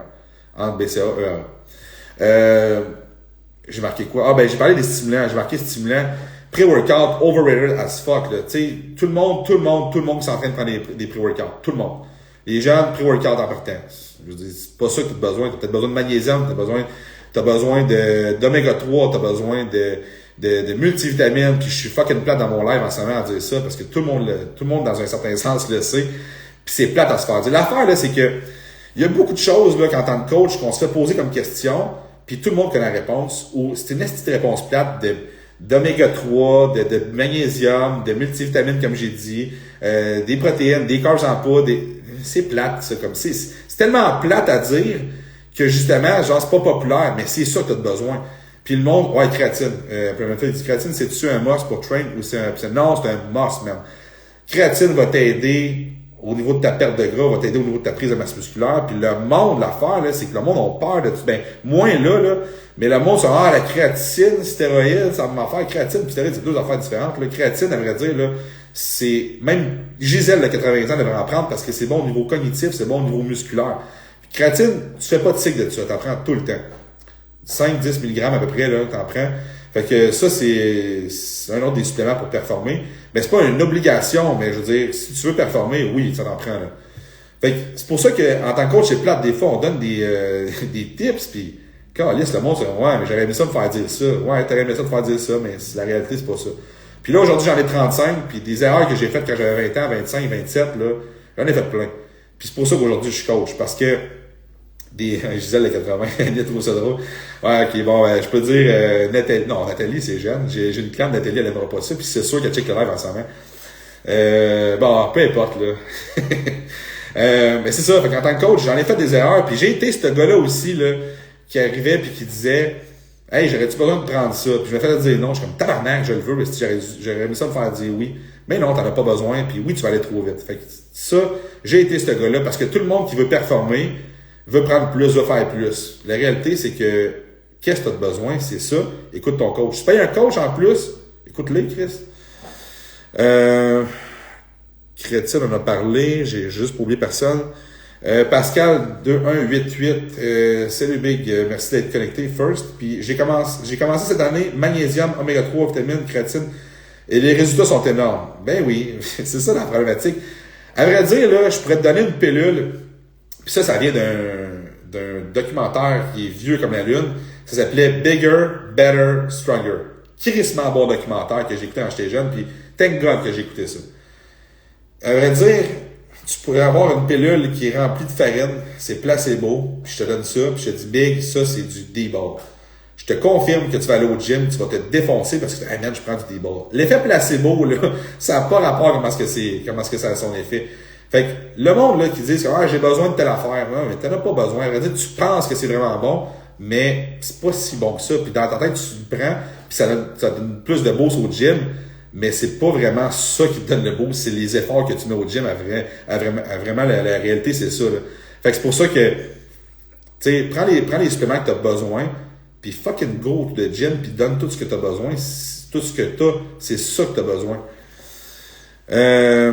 Premium Field qui dit Total Defense de ADP. Pourquoi je parle en anglais aujourd'hui de ATP? Je crois que tu avais mentionné c'était excellent pour le monde qui prennent beaucoup de suppléments ou même PEDs. Non, pas Total Defense, dans le fond, c'est voyons.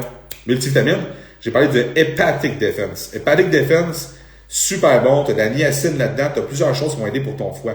Fait que quelqu'un qui prend des super suppléments va vraiment aider beaucoup. J'ai Belezra. C'est ça le hardcore mentality, bro. Yeah, man. C'est exactement ça. Fait que j'ai parlé avec Chris Cormier quand j'étais là en Californie. Là, j'ai tellement eu un esti de beau moment quand j'étais là-bas, honnêtement. C'est quelqu'un qui veut aller dans un vrai gym, là, le TD Gym, qui s'appelle The Gym, à Californie, à San Diego. C'est le plus beau gym que j'ai fait ever. J'en ai parlé dans plein de podcasts, là, mais en tout cas, ce que je veux dire, c'est que quand je suis allé là-bas, je me suis fait entraîner par Chris Cormier, que j'avais rencontré à Olympia lors d'un party. Puis Chris Cormier, c'est un gars de party, ok? Si vous avez regardé son documentaire, c'est vraiment un gars de party. Puis moi, je l'ai rencontré quand je suis allé au Wet Republic, il y a genre 6 ans de ça. Ouais, 6 ans à peu près. Puis je suis allé le voir, je me suis fait faire le party avec, puis j'ai connecté avec ce gars-là, pas juste parce qu'on faisait le party. On est allé manger au resto après ça, on est allé au bar, puis on est tellement de fun, j'ai tellement eu de fun avec ce gars-là. Puis après ça, on est resté en connexion, puis c'est rendu qu'on s'écrit sur WhatsApp. Puis à un moment donné, il m'a dit, ben Vic, viens-t'en en Californie, je vais t'entraîner, on va faire une semaine ensemble, puis ça va être le Cormier Camp, puis dans ce temps-là, il entraînait Brian. Ben, je pense qu'il entraîne encore Brian. Ouais, il entraîne encore. Non, c'était Sergio Olivia. Il entraînait Sergio Olivia, puis il était sur son couch, puis il dit, Sergio, il va te laisser son couch, je vais avoir une chambre à côté, tu vas pouvoir t'entraîner avec, puis avec nous autres, pis ça. Fait que là, je l'ai fait, je suis allé m'entraîner avec Chris Cormier. Puis il y a eu un fight avec Sergio Olivier à ce moment-là. Fait qu'il entraînait plus Sergio, mais il entraînait Brian à ce moment-là. Fait que j'ai eu la chance de rencontrer Brian aussi. C'est un des plus beaux moments que j'ai eu avec Chris. On allait s'entraîner, puis après ça, moi j'étais pas en prep, mais on allait au resto qui était en face. Puis elle a commandé son riz avec sa viande, ses shrimp. Puis on parlait justement du bodybuilding aujourd'hui versus le bodybuilding dans le temps. Puis ce qu'il m'expliquait, c'était que dans le temps, les gars s'entraînaient crissement fort dans le gym. Ça poussait comme des malades. Ça avait pas de technique d'entraînement, mais comme aujourd'hui, là, tu sais, comme, faut absolument que tu fasses telle affaire. Il y a une partie, là, qui est très marketing, dans un certain sens, que du monde va mettre l'accent sur, c'est absolument important que tu fasses telle affaire. Oui, c'est important. On a du knowledge de plus aujourd'hui qui nous permettent d'accentuer pas les connaissances, mais la prise de masse musculaire ou la perte de gras. L'essence de l'entraînement, c'est de pousser au gym. Le problème qu'on a aujourd'hui, c'est ce qu'on parlait, c'est que le monde ne pousse pas assez dans le gym, se fie sur les techniques d'entraînement, sur la contraction. Le but, là, c'est que tu pousses au gym. Puis deuxième des choses qui était à noter, c'est que il dit aujourd'hui, les gens mangent pour s'entraîner. C'est-à-dire qu'ils vont prendre l'insuline, manger à côté, puis ils vont se fier là-dessus pour avoir des workouts. Dans le temps, les gars poussaient en malade au gym, puis pour recover de l'entraînement, ils mangeaient selon ce qu'ils avaient fait comme entraînement. La différence est là. Fait qu'il dit, c'est pour ça qu'aujourd'hui, tu as des gars avec des guts, parce qu'ils se fient ces protocoles, ils se fient sur telle affaire pour être gros. Mais nous autres, dans le temps, on s'entraînait fort, puis après ça, on faisait ce qu'on avait besoin pour le gym. Et là, la grosse différence, aujourd'hui, puis dans le temps. Puis c'est facile de se savoir aussi par les médias sociaux, de voir les gars qui sont gros, puis hey, c'était le protocole, faut que tu fasses telle affaire. La réalité, c'est, va au gym, amuse-toi. Si j'ai parlé avec Greg, justement, Greg Ulysse, dans son dernier podcast qu'on a fait, c'est ça qu'on jasait, c'est que l'essence du bodybuilding, c'est quoi? C'est l'entraînement. Chris, faut être du fun à t'entraîner. Si t'en vas au gym, pis c'est trop compliqué, puis c'est trop de la merde, puis ça devient des protocoles, c'est ça, va juste t'entraîner, pousser en malade, va au gym, c'est ça l'essence du bodybuilding. Fait que j'étais parti dans mon élan de mode hardcore. C'est Jérémy qui m'a craqué par rapport à ça, mais c'est ça pareil.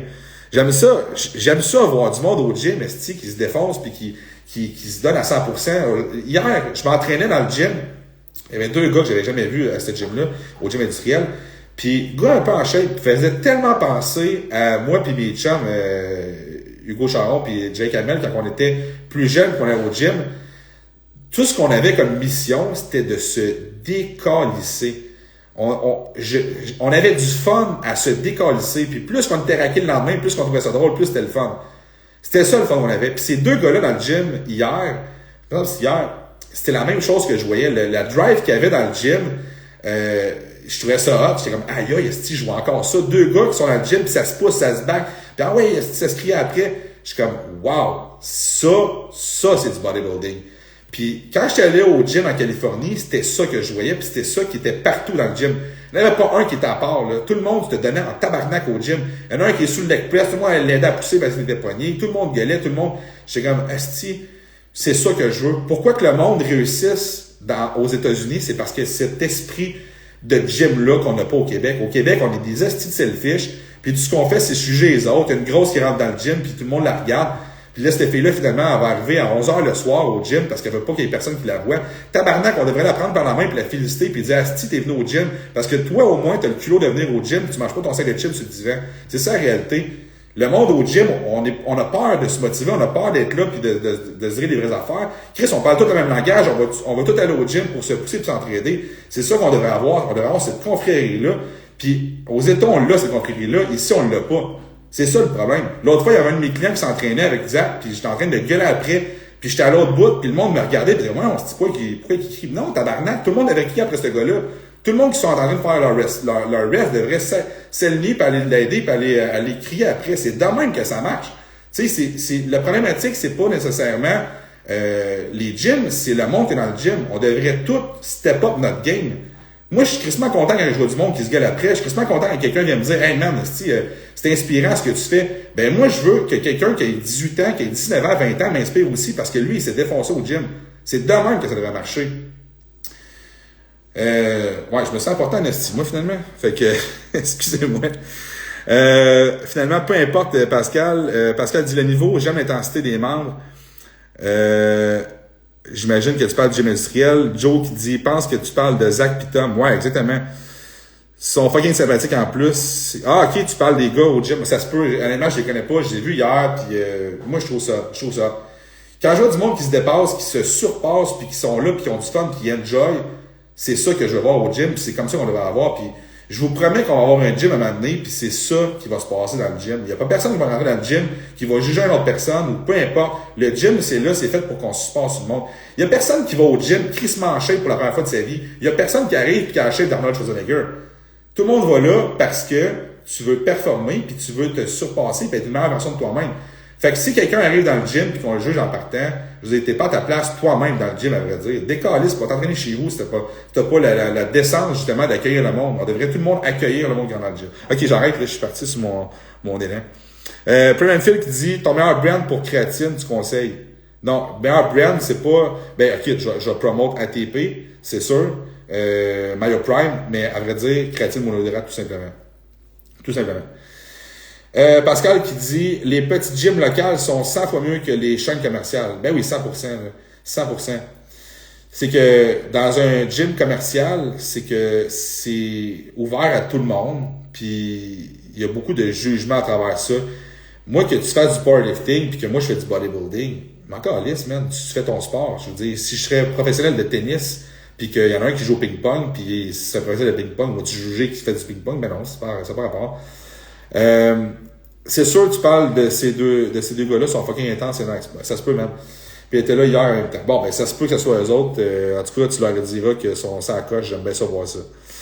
OK, il est 8h44, ça fait plus qu'une heure que je suis en live. Je vais regarder les autres questions. Je pense pas que je vais faire ça encore pendant une heure. Là. Quel supplément que vous... Alors, ça on l'a dit. Ton physique préféré dans le Open Bodybuilding, Mr. O cette année. Mr. O cette année, meilleur physique. Dans les Open, ça a été Derek Lansford, c'est sûr. Lui, non, excuse-moi. Adi Chupin. Après ça, ben là, c'est sûr que Derek Lansford, j'étais stické sur ce gars-là parce que je trouvais ça trop impressionnant le gap qu'il a fait. L'autre personne qui m'a inspiré le plus, à vrai dire, de tout le show au complet, c'est Sean Clarida. 100%. Sean Clarida, c'est impressionnant, c'est débile. Tout le monde l'a vu en ce moment. Dans les compétitions, mettons, à TV, sur un live, quoi que ce soit, ça n'a aucunement rapport, ça ne donne aucun crédit à Sean Clarida. Si vous êtes en live, que vous le voyez sur un stage, vous allez capoter. Je l'ai pris en vidéo, puis je le prenais en vidéo quand il est sorti sur le stage, puis je m'écoutais ce que j'ai dit, ça n'a même pas rapport. Je suis tellement comme, wow, je suis émerveillé, ça n'a même pas rapport à la shape qu'il y a. Fait que je vous dis, Sean Clarida, c'est le gars le plus impressionnant que j'ai vu sur un stage. Je vais finir avec... je vais prendre une dernière question. Puis si vous avez des questions dans les commentaires, droppez. J'étais parti sur ma montée de lait tantôt, là. Ce que tu souhaiterais avoir su avant pour le développement du dos. Fuck, c'est une bonne question, ça. Pour le développement du dos, ce que j'aurais su avoir. Ok, premièrement, mettons que je recule vraiment en arrière, l'alignement de mes fibres, comment est-ce qu'ils sont faits, j'aurais aimé ça avant, savoir qu'il fallait que tu travailles dans le sens des fibres pour aller chercher le meilleur recrutement d'une partie du muscle. Savoir que le dos est fait vraiment comme en montant comme ça. Après ça, tu as tes traps qui sont plus pour l'upper back. Fait que j'aurais pu plus aligner mes entraînements de cette façon-là. À vrai dire, ça s'applique pour tous les groupes musculaires, mais connaître l'insertion puis la tâche du muscle pour savoir comment connecter ça, qui vient avec l'alignement des fibres. Avoir des meilleurs tips pour travailler mon lower back. Pas mon lower back, mon lower lats. Parce que, selon moi, le groupe musculaire qui est le plus négligé, le moins ressenti, le moins travaillé, c'est le lower lats.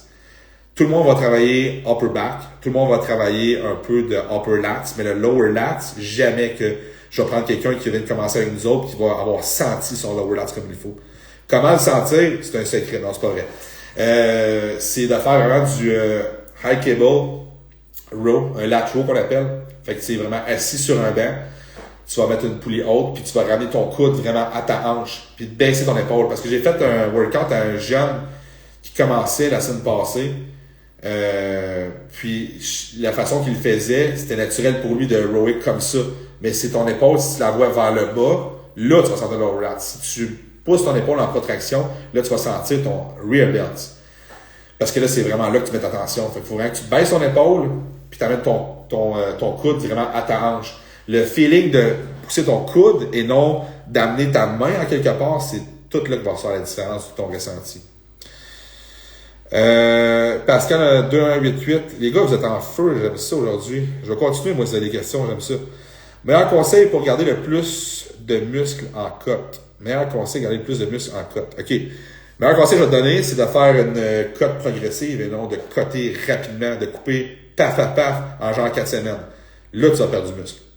Si tu veux conserver ton muscle, conserve des carbs, c'est naturel, conserve des fats. Je vais te donner un crise de type en passant, là, si je viens de te dire ça. Si quelqu'un a allumé, carbs, fat, ce que je viens de dire là, c'est important, versus natty, pas natty. Carbs, dans le fond, c'est ça, c'est de les garder le plus longtemps possible, mais y aller progressif. Puis après ça, de savoir, est-ce que j'intègre du cardio? Beaucoup, pas beaucoup. Ça, c'est ton tolérance. Est-ce que t'aimes mieux être en restriction calorique ou t'aimes mieux avoir plus de carbs et avoir plus de cardio? Faut que tu considères ça aussi. Moi, tant que j'ai 10 personnes qui sont en direct, je continue. Si tu as des questions, par exemple. Après ça, ça c'est bon. À quel moment vous augmentez les calories dans un plan de nutrition? Vous regardez quoi sur le corps? C'est une bonne question, mais crissement trop général. Ben là, c'est pas compliqué à vrai dire. C'est pas compliqué, mais il faut que tu ailles l'œil. Puis si tu prends tes pinces, ça va être plus facile aussi. À vrai dire, si j'augmente les carbs, puis que mettons que je joue pas ces fats, là, parce que on peut jouer avec les fats aussi. Si j'augmente les carbs, puis que je vois que le body fat, il monte pas trop, je continue. À un moment donné, quand je vois que le body fat dépasse peut-être le 15%, là, on a topé. C'est le temps qu'on tombe dans une phase, en parenthèse, cote, pas nécessairement une cote, mais c'est parce qu'on veut pas non plus aller dans un body fat trop élevé. Puis là, je parle 15%, c'est pour les gars, là. Si tu vas trop élevé, c'est qu'à un moment donné, c'est pas que tu es résistant à l'insuline, mais tu t'en vas vers ça, puis t'es pas dans un range anabolique. Ton range anabolique, c'est jusqu'à 12%, là, dépasser ça, tu commences à être un peu trop élevé. Fait que c'est pour ça que c'est important de rester dans un range qui est anabolique, ce qui veut dire que tu crées de l'hypertrophie, de la masse musculaire, dans un environnement pour créer de la masse musculaire. Mais si tu dépasses ça, t'es plus nécessairement là. Fait que là, c'est que plus que tu t'en vas dans du body fat élevé, 15% et plus, c'est que toute la consommation que tu vas prendre de plus, tu vas le stocker en fat. T'es plus en construction musculaire nécessairement. Fait que le temps du Lee Priest, là, qui était, Chris, il devait être genre à 40% de body fat, il avait un ventre, là, il était un gars solide, là. Il était vraiment fat, là. Ça, c'est fini, ce temps-là. Le monde a compris que t'es pas apte à gagner du muscle, là. Fait que c'est un peu ça. Phil qui dit ton top 3 de produits ATP pour moi. Cire Mag. Mind Mag, parce que je suis entrepreneur.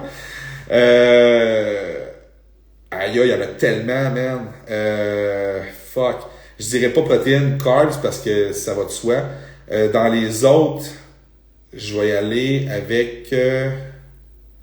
fuck, j'en prends trop. Hepatic Defense. Hepatic Defense, c'est sûr. Ah, puis les enzymes. Ah, fuck, c'est dur. Juste 3, man, c'est dur, là. Fait que... ouais, j'irai avec ça.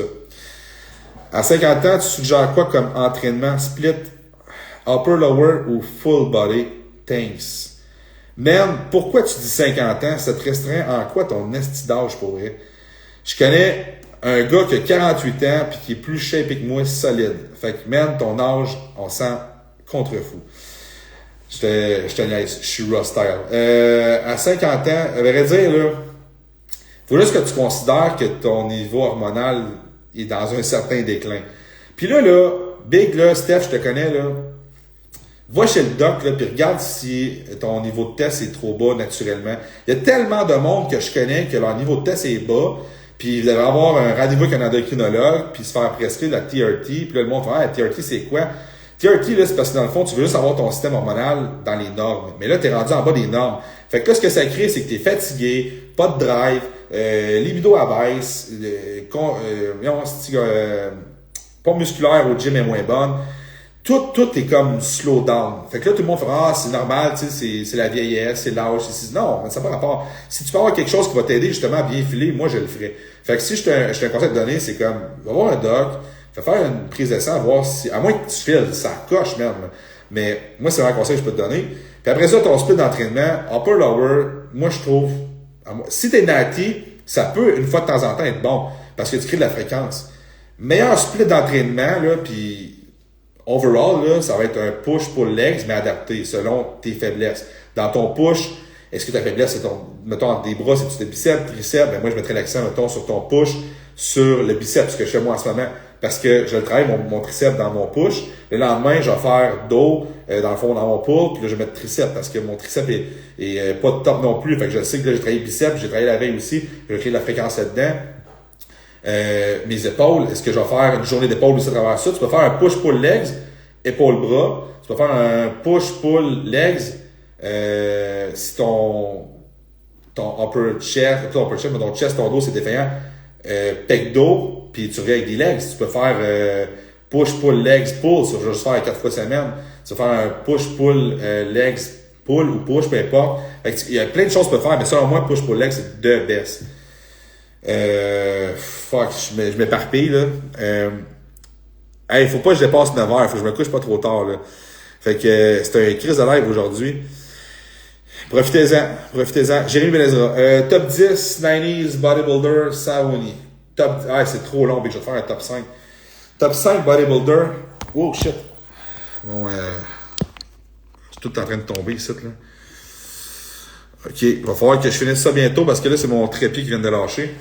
OK, top 10. Kevin Levroni, Flex Wheeler, Dorian Yates, Jay Cutler, Philippe. C'est sûr, Philippe est là-dedans. À part ça, Sophie qui dit, d'après toi, en prep, c'est mieux de splitter son cardio dans... je vais essayer de... Mon trépied est de la merde. D'après toi, en prep, c'est mieux de splitter son cardio dans sa journée ou le faire one shot? Là, ça dépend, parce que c'est pas tout le monde qui peut splitter. À vrai dire, là, il y a rien de mieux, un ou l'autre. C'est toi, comment est-ce que tu vas tolérer. Est-ce que tu tolères mieux de le faire one shot le matin, après ton gym? C'est sûr que, tu sais, gym collé avec cardio, c'est pas l'idéal. Mais c'est quoi l'idéal dans la vie? C'est-tu que tu travailles pas pantoute puis que tu fasses ton bodybuilding à 100%? Je pense pas. Est-ce que c'est que tu travailles puis que tu adaptes ton training autour de ça? Je pense que oui. Si tu peux faire ton split cardio, vas-y. Si tu le préfères de même. Si tu le préfères pas de même, tu dis, moi, j'aime mieux le faire one shot, ben, do it one shot. La seule chose, c'est que c'est au bout de ta semaine, le nombre d'heures de minutes de cardio que tu as fait qui est important. C'est pas genre dans ta journée. Fait que si tu fais, c'est sûr que si tu fais genre 5 minutes, ce qui est irréaliste, ben, c'est que ton intensité, elle sera pas super. Mais si tu splits ça 2 fois dans ta journée, ton intensité, les deux sont pareils, c'est good. Tu sais, si tu me dis, hey, moi, ça me prend 10 minutes avant de me mettre dans mon mood pour faire du cardio, ben, enlève ton 10 minutes de cardio, là, ton 10 minutes de réchaud. C'est ton cardio que tu fais à 120, 140 BPM qui compte, là. Après ça, et tu penses quoi des waist wraps pour le cardio? Oh, les fucking shit. Crisse-moi ça au vidange pour vrai. Des waist trainers, c'est la pire shit qui a été inventée sur la terre. Ça compresse les organes, ça va te créer possiblement des problèmes de digestion. Puis guess what, en prep que tu veux pas, c'est des problèmes de digestion. Tu es assis en restriction calorique du fait que tu n'as pas de fibres quasiment, que tu vas avoir assurément des problèmes de digestion à la fin, constipation, quoi que ce soit, que évite d'avoir des estis de waist trainer qui vont encore plus peut-être causer des problèmes de digestion. Fait que waist trainer, crisse-moi ça aux poubelles. Pour vrai. Même si tu as payé 100$, je m'en contrefous, utilise pas ça. C'est vraiment de la merde. Ça, c'est vraiment du fucking marketing. Là. Fait que c'est mon thing sur les waist straps. Je sais pas pourquoi ça me trigger tant que ça, c'est parce que je trouve tellement qu'il y a du marketing autour de ça, c'est vraiment de la merde. Là, il va y avoir les crèmes autour, là, ah, ça va perdre du gras, mais des crèmes. C'est de la merde. Fais ton cardio. Pourquoi? Ben, moi, j'ai une question, là, à poser, qui est une information en tant que telle. Pourquoi que Philly t'a pas fait ça?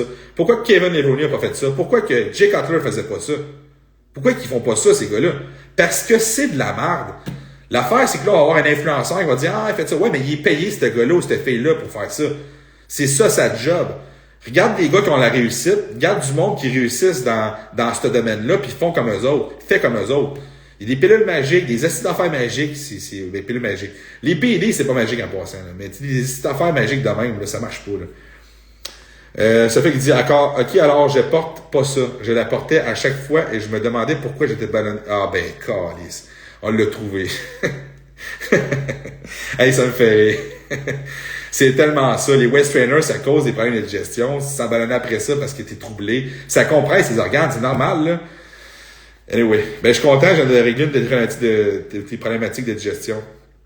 Parfait, à partir de demain, je mets cette merde-là au vidange. Bon, good job. Fait que je suis content d'avoir servi à quelque chose aujourd'hui dans ta vie.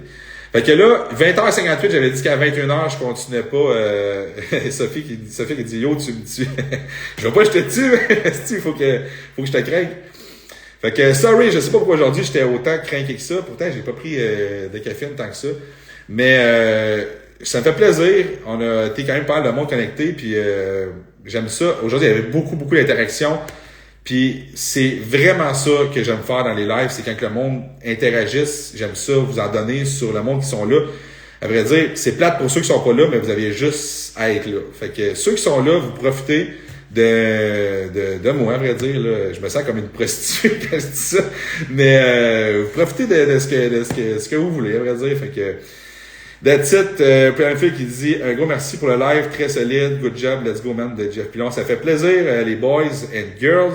Fait que 2058, je mets un terme à ce live-là, puis next week, je suis en vacances, ok? Next week, je suis en vacances. Steph Labrec qui dit Thanks Big, toujours intéressant, même à 50 ans. Gros, tu fais pas 50. Arrête-moi ça, tabarnak, tu fais pas 50 ans. Le gars, il est fucking en shape, là, pour son 50 ans, là, puis là, tu vas aller voir le doc, tu vas y parler. Puis tu vas faire du push-pull leg, OK? Fait que, ouais, c'est ça. La semaine prochaine, je suis en vacances dans le sud. Ça va faire crissement du bien. Fait que là, je me suis donné comme mission, ma blonde, elle le sait pas encore, mais je vais lui dire. Notre téléphone va être à off total. Je le calisse dans le truc de choses qu'il faut qu'on mette nos objets là, de valeur dans le coffre. Fait que je vais mettre ça là-dedans. Elle le sait pas encore, mais je vais faire ça parce que ce que je veux, c'est profiter à 100% du moment là-bas avec elle, puis je veux pas avoir le sentiment que je travaille, avoir mon téléphone, peut-être à un moment donné, je sais, je me connais, je vais aller sur Gmail à un moment donné, je vais voir, s'il y a ça à faire, ça à faire. Fait que moi, je vais déconnecter à 100%. Fait que je suis désolé, il n'y aura pas de live la semaine prochaine. Mais là, je vais faire une estifie d'annonce live là, parce qu'on est dans un live. À vrai dire, si j'aurais été vraiment fort en marketing, je l'aurais déjà fait, ça fait 1 heure, mais j'avais trop le goût de vous donner du knowledge, j'étais parti là-dedans. Mais là, je fais un concours. L'équipe fait un concours à partir du 1er mai. Le concours, c'est quoi? C'est que tout le monde qui ont peut-être déjà fait une compétition, qui s'apprêtent pour une autre compétition à faire, ou qui sont dans leur première compétition, qui veulent faire, qui savent pas si, je vais en faire une ou pas, je sais pas ce quoi ça implique. On a un fucking concours qui est vraiment malade. Il n'y a jamais ça qui a été fait. J'ai jamais vu ça, mais là, on le fait nous autres. 1er mai. À partir du 1er mai, on prend du monde qui sont prêts à faire une genre de prep de compétition. On va les prepper pour 5 mois. Après les 5 mois, on paye un photoshoot. Tu fais ton photoshoot. C'est payé. Puis de ces personnes-là qui sont rendues à la fin puis qui étaient ça à coche, on va sélectionner ceux qu'on voit qui sont prêts à faire une compétition. Puis 3 semaines après, c'est la King Kong classique à Toronto. On paye ton inscription, puis tu t'en vas faire la fucking King Kong, puis t'es prêt pour faire une compétition. Fait que là, si, mettons, t'étais en prep dans notre 5 mois, dans le concours, puis tu dis, finalement, j'étais pas comme ça à coche, j'ai fucké là ou quoi que ce soit, ou comme j'ai aimé le processus, mais je suis pas sûr que je pourrais faire un stage, ben on te paye un fucking shoot pareil, puis t'as fait ça, puis t'es en shape pour plus que jamais que t'as été. Puis ceux qui étaient comme vraiment dédiés à 100% puis qui sont faits pour ça, on te paye l'inscription de ta compétition, puis tu s'en vas en compétition à King Kong. Fait que ça, c'est le deal. Puis là, j'ai d'autres choses de bonus que je vais annoncer. Mais si vous êtes intéressé, droppez-moi info dans les commentaires ou DM-moi tout de suite après. Je vais être encore sur Instagram pour 15 minutes, mais sinon, on va t'en jaser. Mais vraiment, si vous êtes intéressé, DM directement sur mon compte ATS, puis on va regarder ça avec toi si tu es prêt à faire partie du concours. Fait que là, c'était mon gros pitch de vente de fou, mais c'est ça. Fait que ce que je veux, c'est avoir le plus de monde possible dans une compétition. C'est ça mon objectif, parce que ce qu'on veut, c'est promouvoir le bodybuilding au Québec. Je pense qu'on s'y prend de la bonne façon, puis c'est pas juste... Tu sais, le monde qui nous suit, là, des bodybuilders, des coachs de bodybuilding, il y en a plein des bons. La seule chose que moi, je veux apporter de plus, c'est que si tu vas faire avec nous autres, on veut que tu aies ton suivi à 100% sur la coche, mais je veux que vous ayez les valeurs qui viennent avec ça aussi. Pourquoi que je tripe sur le bodybuilding, c'est parce qu'il n'y a pas juste l'aspect physique, il y a l'aspect mental aussi qui est avec ça. Puis dans notre équipe, c'est ça qu'on amène aussi. On fait des événements. On n'a pas ça d'ailleurs dans les autres équipes de coaching. Ce qu'on fait, c'est qu'on fait des événements où on travaille sur ta biomécanique, ton intensité, le posing. On apporte tout ça. Fait que bref, le pitch est fait. Si ça vous parle, DM. Alright? Ciao tout le monde. Il est 21h02, j'avais dit 21h, fait qu'on a déjà dépassé. Ciao tout le monde, merci de vous être connecté. Alright, merci beaucoup de votre écoute. Vous êtes rendu là, c'est que vous avez passé à travers notre contenu de ce podcast. Et puis, si vous avez apprécié, si vous avez appris des choses, n'hésitez pas à liker, partager, subscribe. Puis je vous invite même également sur Instagram, alors barre en dessous, training, barre en dessous, système, de venir nous follow. On met beaucoup de contenu, beaucoup de knowledge. Vous allez avoir accès à nos lives avant tout le monde. Donc, venez nous suivre sur Instagram, puis sinon, on se revoit pour un prochain podcast. Ciao tout le monde. I'm going through a process, I'm a work in progress. Focused on my destiny, I got no time for nonsense. Finna give you folks the best of me, I'm learning concepts. I think I finally learned the recipe, I'm making progress. Look inside the mirror, I'm my only contest. Every day I'm thanking God, cause he made me a prospect. Got my